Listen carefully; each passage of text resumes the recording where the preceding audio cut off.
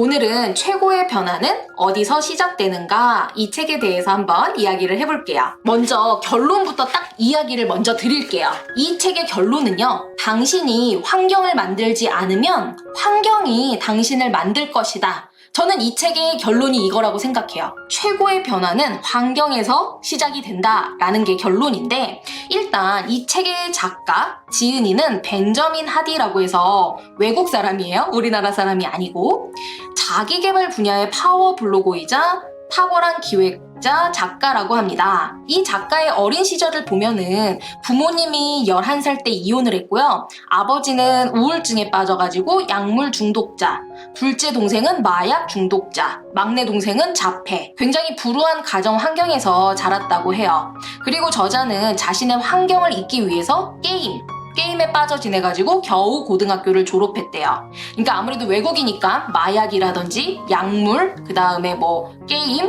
뭐 이런 중독에 많이들 빠져 있었나 봐요. 그리고 난 다음에 고등학교를 졸업한 후 전문 대학에 다니면서 식당 아르바이트를 전전했대요. 그러다가 문득 자신이 꿈꾸던 모습과 동떨어진 삶을 사는 자신을 발견하고는 20살이 되던 해에 고향을 떠납니다. 미국의 정반대의 위치에 있던 교회에서요 2년간 봉사활동을 하고 고향으로 돌아온 그는요 놀라운 사실을 목격하게 됩니다. 멀리 떠나있던 자신은 완전히 달라진 반면에 약물, 마약에 빠져있던 가족들, 게임 중독에서 벗어나지 못했던 친구들은요 2년 전과 똑같이 전혀 달라지지 않고 그렇게 살고 있었다는 거예요. 그래서 이 책의 저자인 벤저민 하디는 그 일을 통해서 사람의 삶을 바꾸는 가장 중요한 요인은 변화에 대한 의지라든지 태도가 아니라 환경이구나 라고 깨달았다는 거예요. 그리고 이거를 좀 더 연구하기 시작하고 이 책에 그러한 노하우라든지 경험을 담은 거예요. 우리가 더 긍정적인 영향에 있는 환경으로 들어가면 되잖아요. 그리고 나서 우리가 적응을 하면 된다라고 해요. 부담이 큰 상황들을 만든 후에 그런 상황들에 조심스럽게 적응하는 것이 성공의 열쇠라고 합니다. 우리 찰스 다윈이 이런 말을 했어요. 가장 강한 종이 살아남는 것도 가장 지능이 높은 종이 살아남는 것도 아니다. 변화에 가장 잘 적응하는 종이 살아남는다 라고 이야기를 했어요. 저는 사실 이렇게 최고가 된다라든지 아니면 뭔가 경쟁을 한다든지 이런 거에서 피로감을 빨리 느끼는 스타일이에요. 어떻게 하면 그 경쟁을 피할까? 이거에 좀 더 열중하는 편이거든요.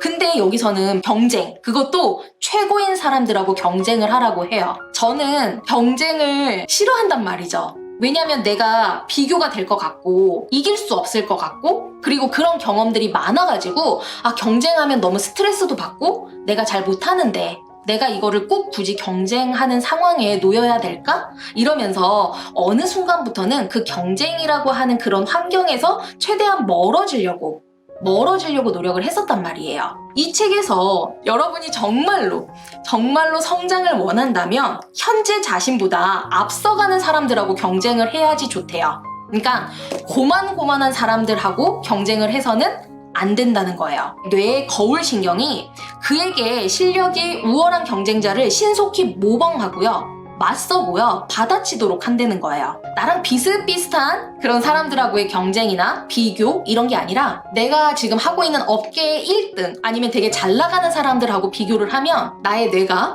그거를 모방하고 맞서고 받아치도록 한다는 거예요. 그래서 내가 기존에 이곳에 있는 사람들보다는 훨씬 더 빨리 향상이 된다고 합니다. 성공하는 사람과 그러지 못하는 사람의 근본적인 차이가 바로 당신이 도달하고 싶은 수준의 그런 사람들과 경쟁을 하라는 그런 내용이에요. 일단 재능이라고 하는 것이 홀로 성장하지 않는다는 거죠. 재능이라고 하는 게 홀로 성장하지 않는다. 당신이 속한 상황을 통해서 성장한다. 그러므로 경쟁 상대는 대단히 중요하다라고 합니다. 업계의 정상들과 경쟁하겠다고 마음을 먹는다면 그들의 기량을 다른 각도에서 보게 될 거라는 거예요. 그들이 뭔가 되게 잘한다 라고 해서 뭔가 숭배하거나 이런 거를 멈추고요. 그들을 연구하게 되는 거예요.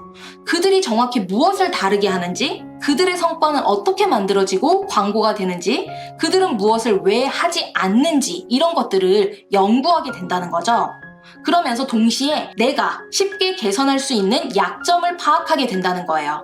저는 여기에 좀 핵심이 있다고 생각을 해요. 저는 이제 이기고 지는 거에 대한, 그리고 뭔가 비교하는 거, 이런 거에 대한 두려움이 큰 거지 그런 환경을 싫어하는 것 같지는 않다는 생각이 들었어요. 이미 제가 속해 있는 곳에 누구나 저보다 잘하는 사람은 있고, 그러면 그걸 내가 어떠한 자극으로 받아들일까? 이렇게 생각을 좀 바꿔보기로 했어요. 내가 어떻게 보면 이런 경쟁적인 환경을 피하고 이렇게 싫어한다라고 말을 하는 것 자체가 지금에 안주하고 지금에 만족하고 이런 것 때문이지는 않을까라는 생각이 좀 들었던 책이거든요. 그래서 제가 이 부분에서 또 너무 공감을 한 거예요. 사람들은 행복이 마음에 짐이 없는 상태라는 잘못된 믿음을 갖고 있다. 그래서 도전 과제나 어려움 없는 수월한 인생을 살기를 원한다. 정말 그럴까? 그렇지 않다. 그 짐이 있어야 우리 삶이 앞으로 나아가는데 필요한 견인력을 얻을 수 있다.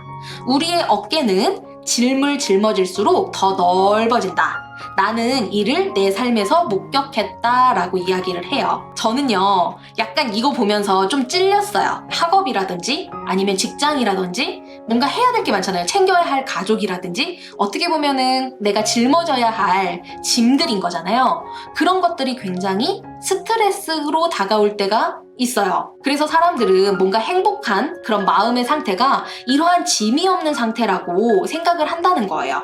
그리고 뭔가 도전 과제라든지 아니면 어려움이 없는 수월한 인생을 살고 싶어 한다고 하는데, 돈이 많고요, 부자이고 되게 여유 있어서 내가 맨날 TV만 봐도 되고 맨날 여행만 가도 되는데, 그런 분들도 길어야 2-3달?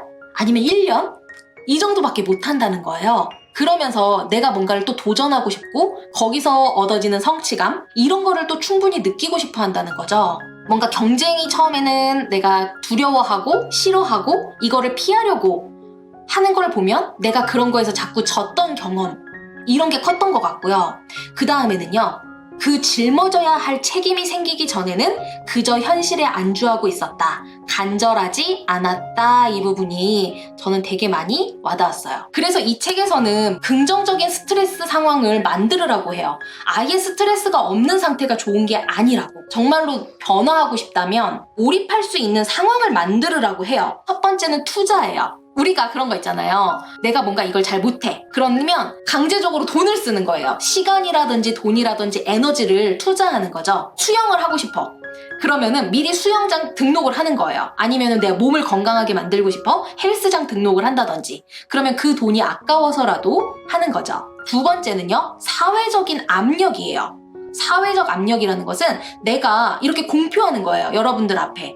여러분, 저는요, 매주 금요일 9시에 아프리카 TV에서 책 한 권씩을 얘기할 거예요. 라고 어떻게 보면 공표한 거죠. 그런 것처럼 이렇게 뭔가 사회적인 압력을 느끼는 거, 내가 뭐 SNS에 블로그라든지 인스타라든지 이런 데다가 말을 하는 거예요. 저 다이어트 하겠습니다. 저 매주 책을 읽겠습니다. 뭐 내가 원하는 것들. 저 돈 모으겠습니다. 이런 식으로.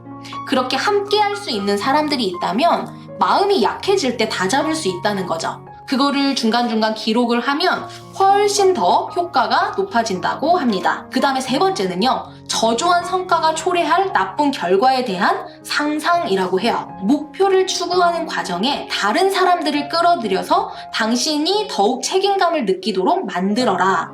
스스로 높은 기준을 설정하고 높은 기준을 요구하는 사람들에게 둘러싸여 있다면 스스로가 잘해내리라고 기대를 하게 된다. 그리고 실제로 잘해낼 수 있다라고요.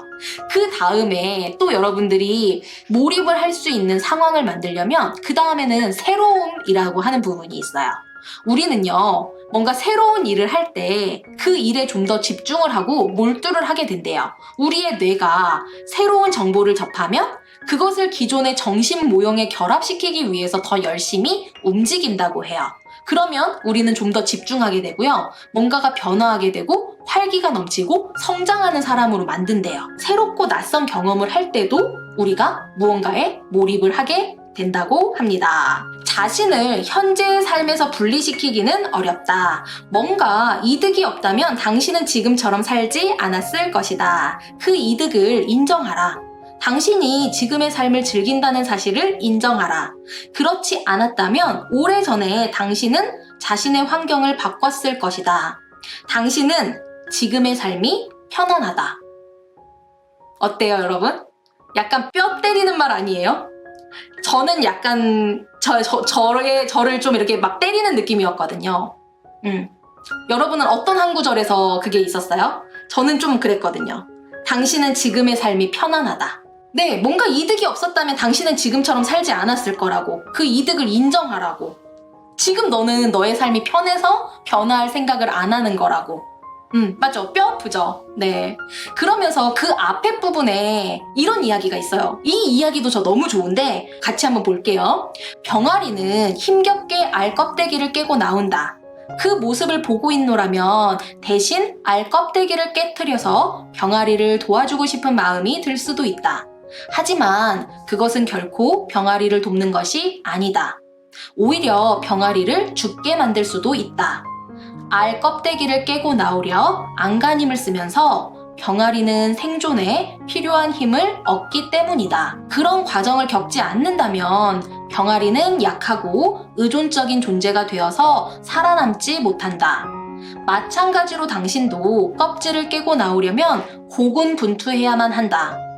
당신을 잡아당기는 중력을 능가하는 추진력을 얻기 위해서 애써야 한다. 뭔가 막 뛰는 것보다는 걷는 게 편하고, 걷는 것보다는 서 있는 게 편하고, 서 있는 것보다는 이렇게 앉아 있는 게 편하지만 앉아 있는 것보다는 눕는 게 편하단 말이에요. 이 중력의 끌어당김에 그거보다 큰 힘으로 우리가 이겨내야 돼요. 병아리가 그 알을 깨고 나오는 것처럼요. 이 책은 정말 읽어보셨으면 좋겠어요. 제가 하는 이 약간의 구절보다는 여러분들이 직접 읽으면서 느끼는 부분들이 다 다를 거란 말이에요. 어떤 부분은 산책하는 부분에 끌릴 수가 있고요. 어떤 분들은 명상하는 거, 어떤 분은 그 다음에 일기 쓰는 거, 정말 다양하게 환경을 바꾸는 거, 그런 팁들을 알려주거든요. 다음 주에도 9시에 뵙도록 할게요.